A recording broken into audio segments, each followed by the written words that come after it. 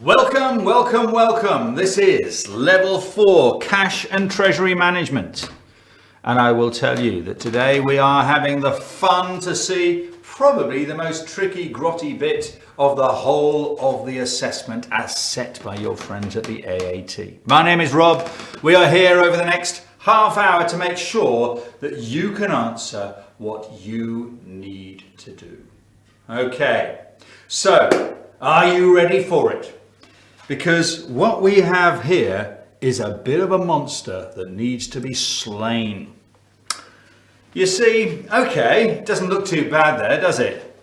But just watch this, right? Okay. Right,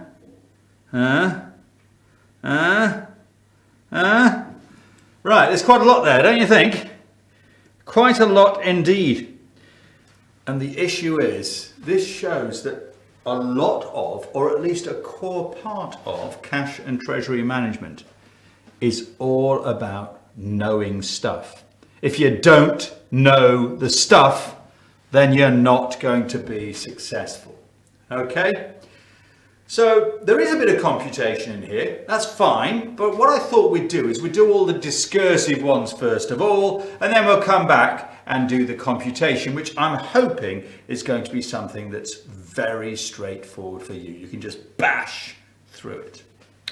So, task 6, part A. One by one we do them.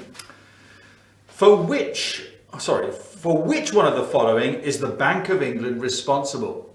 Well, right, okay, so what do you know about the Bank of England? Do they set short-term interest rates? Do they set the annual percentage rate for banks? Do they set the rate of corporation tax? And do they set the rate of VAT? Is anybody willing to give me their views on this?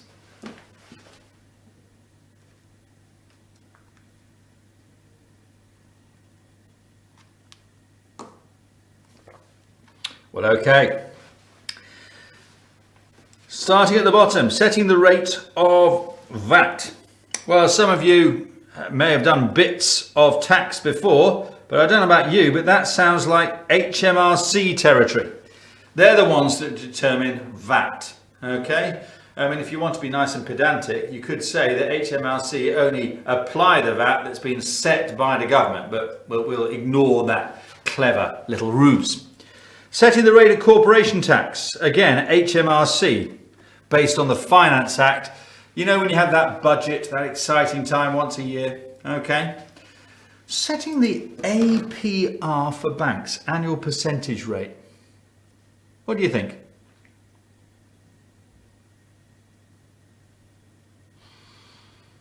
Well, I don't know about you, but I thought each bank potentially could have a different annual percentage rate. You know, if a bank wants to make you take its loan, it could reduce the APR. And it's all a bit competitive, isn't it? Yeah? So I don't think that anyone specifically sets them besides the banks themselves, the financial institutions. Okay? So setting short-term interest rates. Well, to my mind, this is the only one it can be. Yes? Setting short-term interest rates. There's somebody in the Bank of England down there in the city, yeah, who pores over the statistical data, the economic data, and decides whether interest rates should go up or down. I think it's called the Monetary Policy Committee or something like that. Yes, it's the sort of thing that we can do without knowing. Now, all I wanted to highlight with that first question is something that you know is the case, but we are notoriously bad at, and that is you must read every single one of the options. Because a lot of these questions are rather clever in so much as there's possibly more than one correct answer, but there's definitely an answer that's better than the next one. Okay, so they may both be correct, but one's more correct than the other. Does that make sense? You know what I'm trying to say. Which one of the following is the main function of liquidity management? Ensuring a business invests in capital expenditure.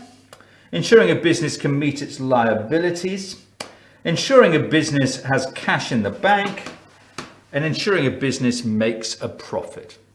Well, I don't know about you, but this word springs out here, invests.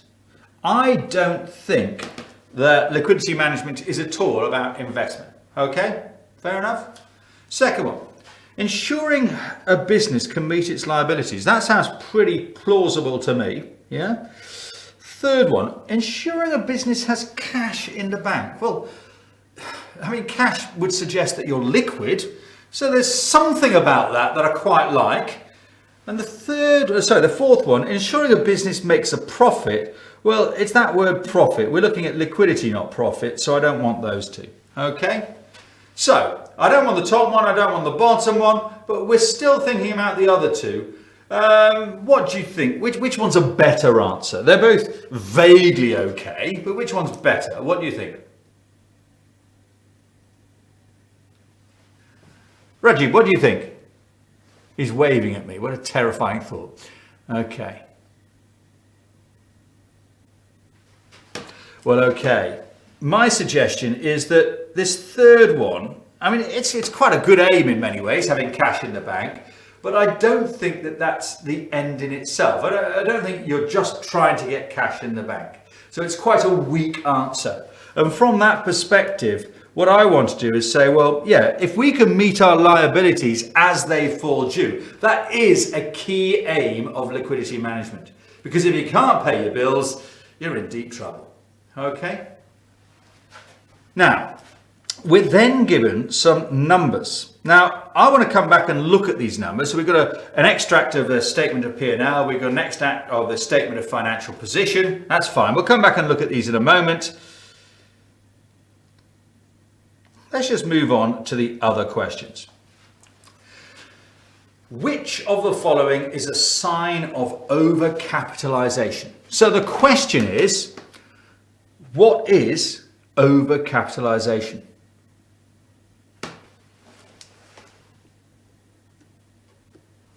What is it?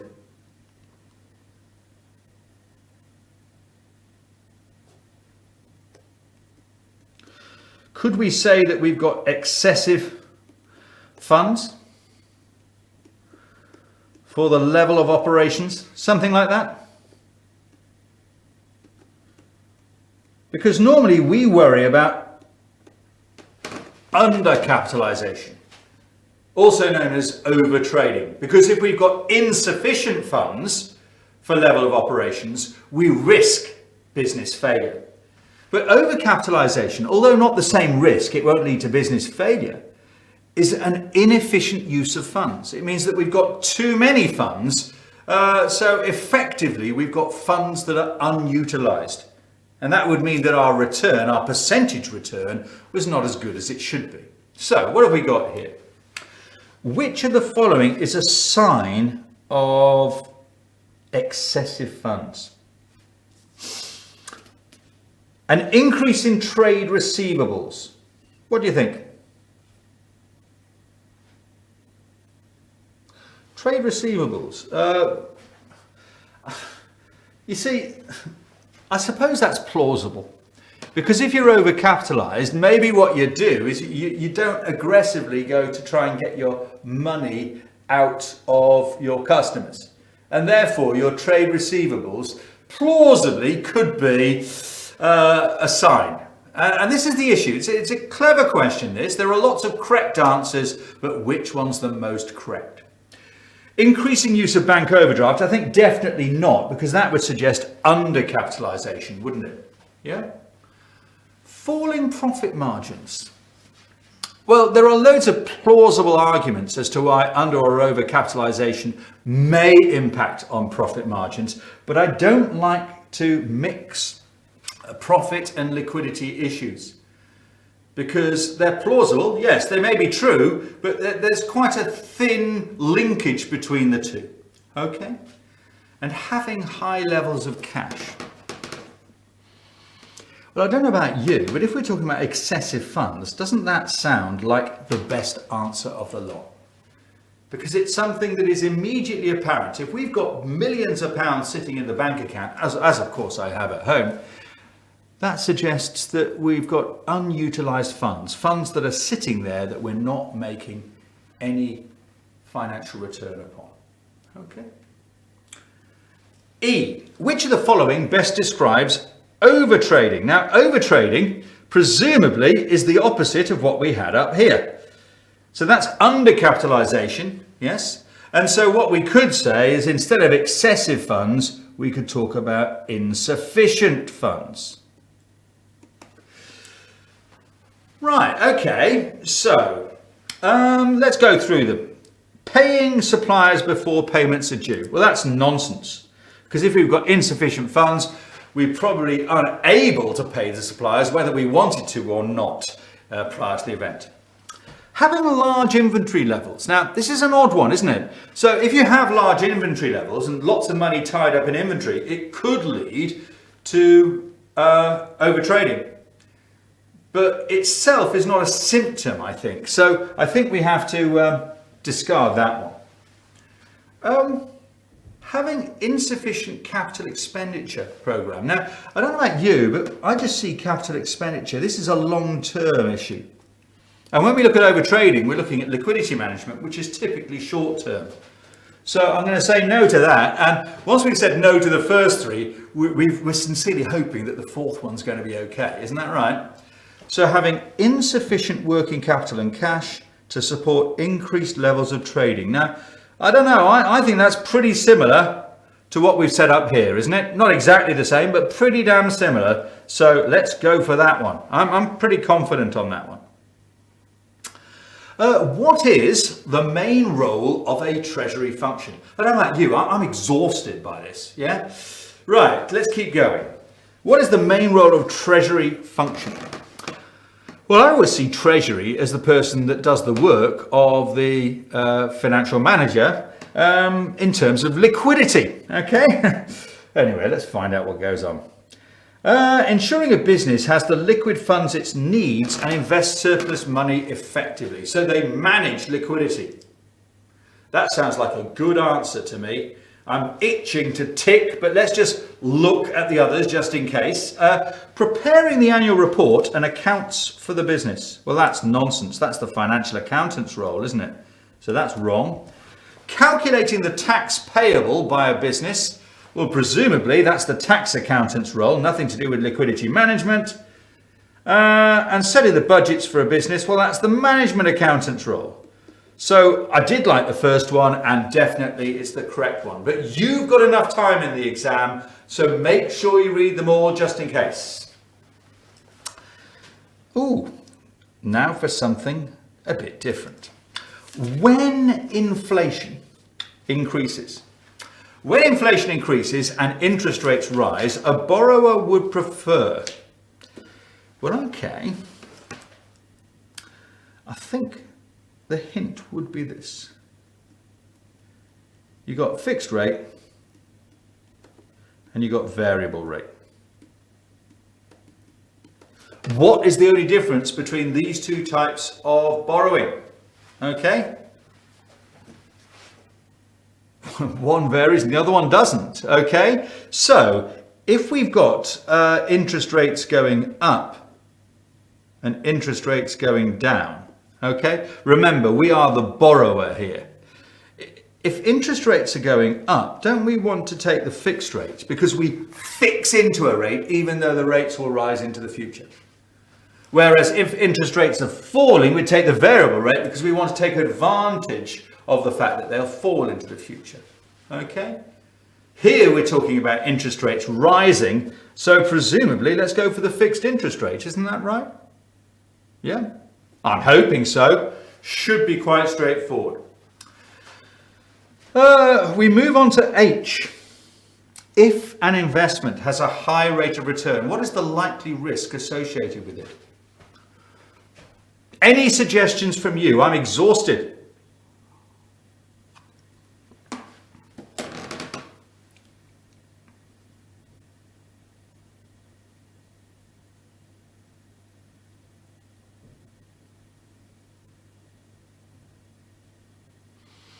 Well, the simple idea goes something like this. Low risk offers low return, medium risk offers medium return, high risk offers high return.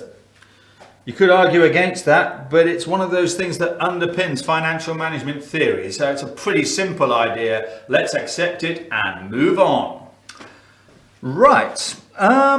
Identify whether the following statement is true or false. A fixed charge is security on a loan supplied by a group of assets.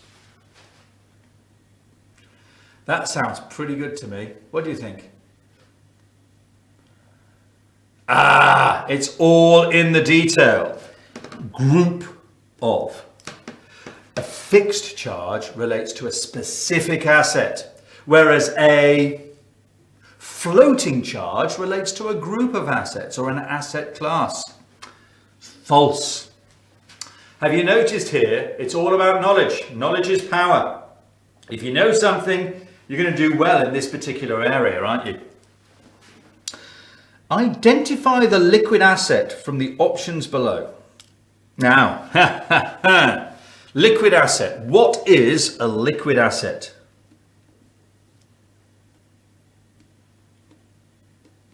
In simple terms, it can be converted into cash in the short term. Yeah? So it's cash or cash equivalents. You remember all that nonsense you've learned before? Right. Inventory. Can that easily be converted into cash in the short term? The answer is possibly, but unlikely. Property. Can it be converted into cash in the short term? Savings account. Well, the thing is that it is near as damn it cash, isn't it? You simply have to take it out of your savings account. So that's good. And trade receivables. Can they be converted into cash? Well, you would expect them to convert themselves into cash in short order, wouldn't you? So those latter two, again, we've got two plausible answers, but which one's closer to cash? I'm suggesting the savings account. Okay? I think we've seen this more than once. In fact, I think we've seen it 4 times where there's been a couple of plausible answers, and that's where you're going to have to think about it. The others are simply distractors you throw away. Okay? Identify whether the following statement is true or false. The Bribery Act deals with all aspects of white-collar crime. What do you think? Well, as soon as it says something like this, you've got to suspect that it's not true, because I'm sure that there must be wider aspects of white-collar crime than just bribery. Okay? So I'm going to say false there. And then finally, which of the following types of business are covered by money laundering regulations? I don't know about you, but I would expect any professional, any business professional, such as accountants and solicitors, to be covered by it. They have a specific fiduciary duty, and they have a wider duty to society.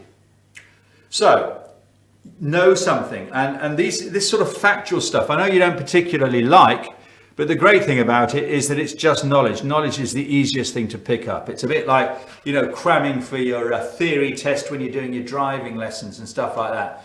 It's just exactly the same. You learn your stopping distances, you learn about your money laundering regulations. Anyway, we're going to go back to that big question, which we've conveniently forgot. So here we are, and what have we got to do here? Calculate the following, showing your answers to the nearest whole day. So we've got inventory holding period, trade receivables collection period, trade payables period, and cash operating cycle. Okay, is everyone happy that if we net these off, we get to there? Yeah? Okay, so let's see if we can try and squeeze this one in without going to another page. So we want the inventory holding period. Any thoughts? How do we go about this?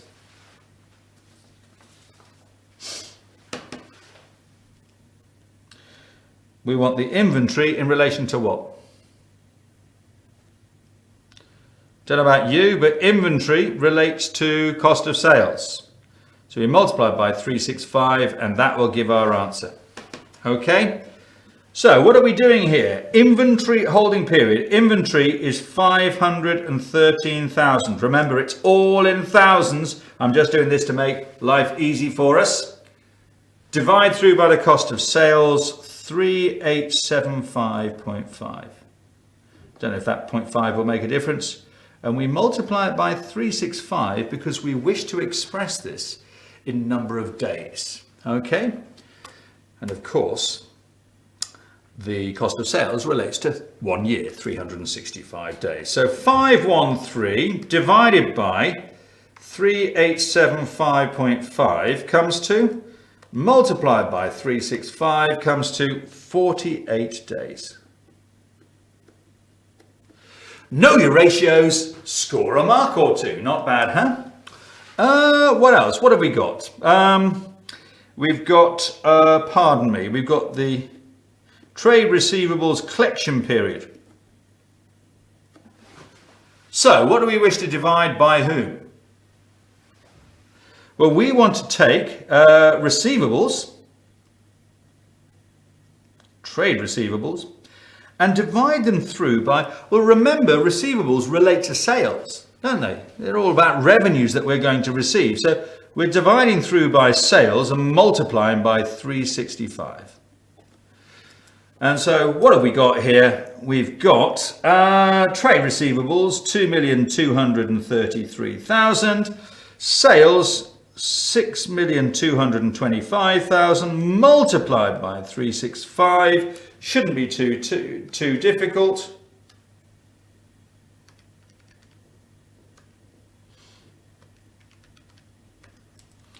So we've got 131 days, just round to the nearest. Okay.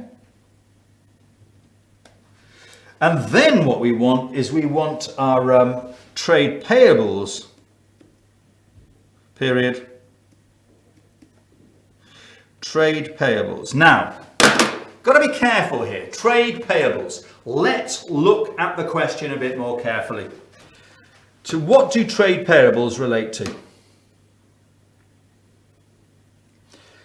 Well, quite often we have to use cost of sales because that's all we've got. But we really want to look at purchases if it is available. And in this question, we're given purchases because purchases directly relate to those trade payables, don't they? So if you've got purchases, use them. And in AAT, we would expect that level of detail. So what have we got here? We've got our trade payables. Wow, and I've run out of space. I'm going to have to put it here. Trade payables, 64,000.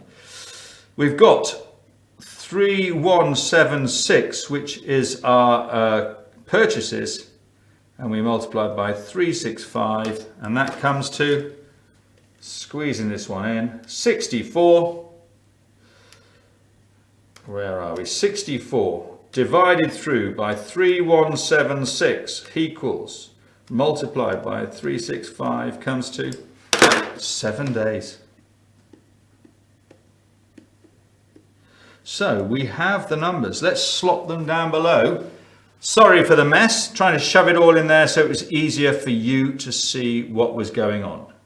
I think we said that the inventory holding period was 48 days. We said that the trade receivables collection period was 131 days. And we said that the trade payables period is 7 days. So we are rocking and rolling. We're doing pretty well here. How do we get the cash operating cycle? Well, the cash operating cycle is the length of time it takes for cash to circulate within the business. So what you could say, it's between us making a payment and us receiving payment. In simple terms, the way we calculate our cash operating cycle, and I'm going to abbreviate slightly, is we're going to take our inventory days plus our receivable days minus our payable days. Okay? So, inventory days, because we've got to finance the period over which we have our inventory, plus the the receivable days, we've got to finance the period that we're waiting to be paid, minus the bit of credit that we get before we make payment ourselves. So what have we got here? We've got 48 plus 131 minus 7. And I can't do the math. What's that? That's 172 days. Yeah? 172 days. So, we look at a task like this, and there are many, many marks. What do we learn from it? Well, firstly, we learn that something like this is going to come up time and again. This is classic cash and treasury management fodder. So you're going to expect something like that each and every time. Practice it. It's not difficult at all. Okay? We're going to pick up some easy marks. 8 marks in this one. But those marks are absolutely dwarfed by the marks that you have elsewhere.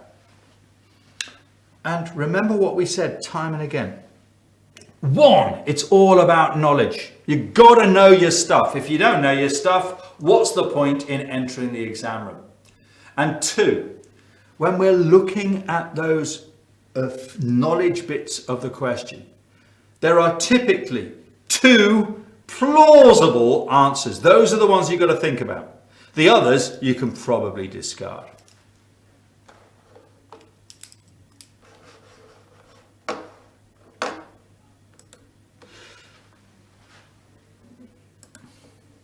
Okay, guys. Well, I hope you found this useful. As far as I'm concerned, this is a paper that you can easily be successful on, but you're only going to be successful on it if you make that effort. And the effort here is predominantly about cramming in that knowledge. If you cram in the knowledge, you should have no problem whatsoever. Anyway, thank you for watching. I hope you found this useful. See you next time.